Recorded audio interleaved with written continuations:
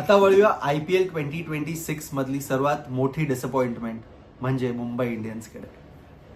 जसप्रीत बुमराह, सूर्यकुमार यादव, हार्दिक पांड्या, तिलक वर्मा हे एवढे मोठे स्टार्स असताना सुद्धा मुंबई इंडियन्स प्लेऑफ्स सोडा 10 मॅचेस सुद्धा जिंकू शकली नाही.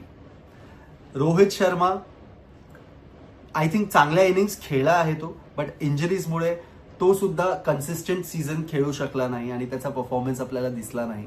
कॅप्टन्सी आणि लिडरशिप मध्ये सीझन भर आपण ऐकलं आहे की देर हॅव बीन डिफरन्सेस, असे रुमर्स आहेत.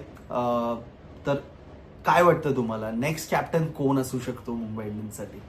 जर हार्दिक ट्रेड होतो तर बुमराह लीड करणार की Tilak Varma? We have no idea. हे आपल्याला नेक्स्ट सीझन मध्ये नक्कीच कळेल. But as a group, as a unit, as a team मला असं वाटतं they really need to come to the drawing board, sort their differences आणि प्ले लाईक अ टीम. हे खूप महत्वाचं असणार आहे नेक्स्ट सीझन मध्ये.